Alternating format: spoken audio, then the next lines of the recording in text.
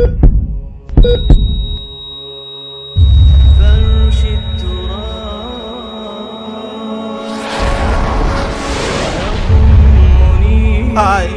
মানুষের ঘটনা আমরা শুনেছি যে মৃত্যুর সময় গুনার কারণে তাদের চেহারা বিবর্ণ হয়ে গিয়েছিল। হায়, কত মানুষের ঘটনা আমরা শুনেছি যে মৃত্যুর পরবর্তী মুহূর্তে গুনার কারণে তাদের কবর জাহান্নামের গর্তে পরিণত হয়েছিল। আল্লাহ তাআলা পবিত্র কালামে মাজিদের ইরশাদ করছেন, ওয়ালাউ তারা ইয ইয়াতাওয়াফাল্লাযীনা কাফারু আল মালাইকাতু ইয়াদরিবুনা ওয়ুজুহাহুম ওয়া আদবারাহুম ওয়া যুকু আযাবাল হারিক যালিকা বিমা কদ্দামাত আইদীকুম ওয়া আন্নাল্লাহা লাইসা বিযাল্লামিল লিল আবিদ। যদি তুমি সেই অবস্থাটি দেখতে যখন ফেরেশতারা কাফিরদের জান কবজ করে, তখন তাদের মুখে ও পশ্চাৎ দেশে আঘাত করে করে বলতে থাকে, নাও জ্বলন্ত আযাবের স্বাদ আস্বাদন করো। এটা হচ্ছে সেই সব কৃতকর্মের প্রতিদান যা তোমরা পূর্বে পাঠিয়েছো। আর আল্লাহ তাআলা বান্দার উপর জুলুম করেন না, আর আল্লাহ তাআলা বান্দার উপর জুলুম করেন না। বর্ণিত আছে যে একবার এক বাদশা হাজার কোটি টাকা খরচ করে দীর্ঘ সময় লাগিয়ে একটি বিলাসবহুল প্রাসাদ নির্মাণ করলো। পৃথিবীর সকল দামি দামি পাথর দিয়ে প্রাসাদটিকে সুসজ্জিত করা হলো। অতঃপর প্রাসাদের নির্মাণ কাজ শেষ হওয়ার পর 7 দিন লাগিয়ে পুরো শহরে ঘোষণা করা হলো যে অমুক দিন বাদশার নতুন প্রাসাদ উদ্বোধন করা হবে। সুতরাং তোমাদের সকলের আমন্ত্রণ রইল। উদ্বোধনের দিন তোমাদের মধ্য থেকে কেউ যদি বাদশার প্রাসাদের নির্মাণজনিত কোনো ভুল ধরিয়ে দিতে পারে, প্রাসাদের নির্মাণ শিল্পের কোনো খুঁত বের করতে পারে, তাহলে তাকে মোটা অঙ্কের অর্থ দিয়ে পুরস্কৃত করা হবে। অতঃপর উদ্বোধনের দিন সকল মানুষ উপস্থিত হলো। উদ্বোধন শেষে সকলেই ঘুরে ঘুরে পুরো প্রাসাদটি পরিদর্শন করলো, কিন্তু প্রাসাদটি এতই নিখুঁত করে বানানো হয়েছিল যে কেউ কোনো খুঁত বের করতে পারল না। সেই সময় এক মুত্তাকী ব্যক্তি প্রাসাদের পাশ দিয়ে যাচ্ছিলেন। তখন তিনি অনেক মানুষের সমাগম দেখে তাদেরকে জিজ্ঞাসা করলেন যে এখানে কি হচ্ছে।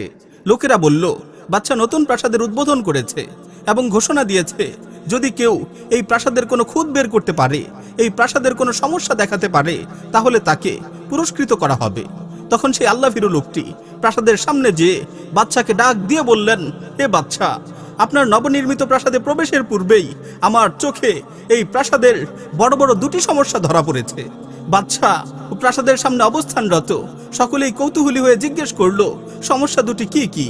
তখন সেই আল্লাহভীরু লোকটি উঁচু আওয়াজে চিৎকার করে বলল, প্রথম সমস্যা হচ্ছে এই প্রাসাদ একদিন ধ্বংস হয়ে যাবে, আর দ্বিতীয় সমস্যা হচ্ছে এই প্রাসাদের মালিককেও একদিন এই বিলাসবহুল প্রাসাদ থেকে অন্ধকার কবরে রেখে আসা হবে। এই প্রাসাদের মালিককেও একদিন এই দুনিয়া থেকে বিদায় নিতে হবে।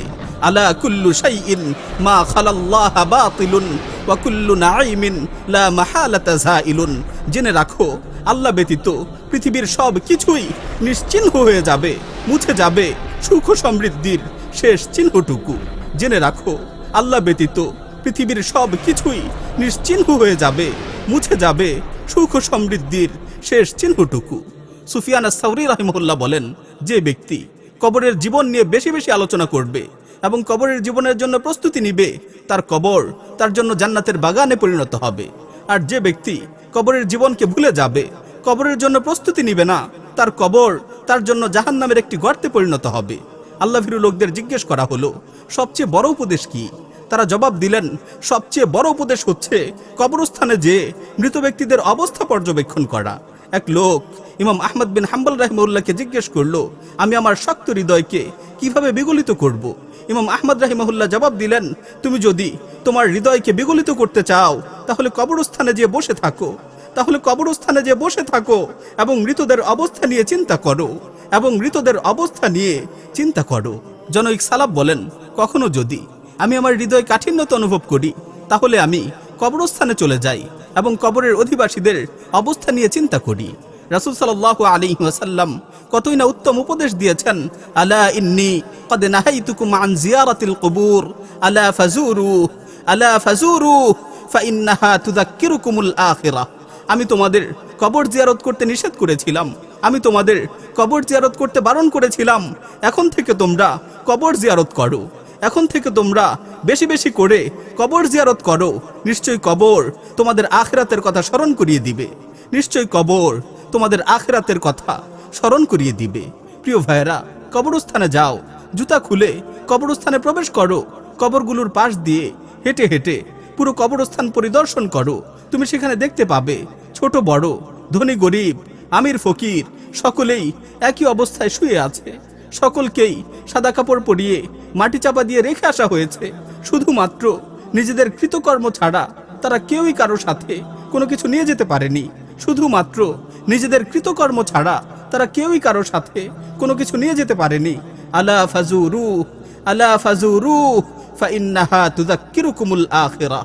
যাও তোমরা কবর জিয়ারত করো, যাও তোমরা কবর জিয়ারত করো, কেননা এই কবর তোমাদেরকে আখিরাতের কথা স্মরণ করিয়ে দিবে, কেননা এই কবর তোমাদেরকে আখিরাতের কথা স্মরণ করিয়ে দিবে।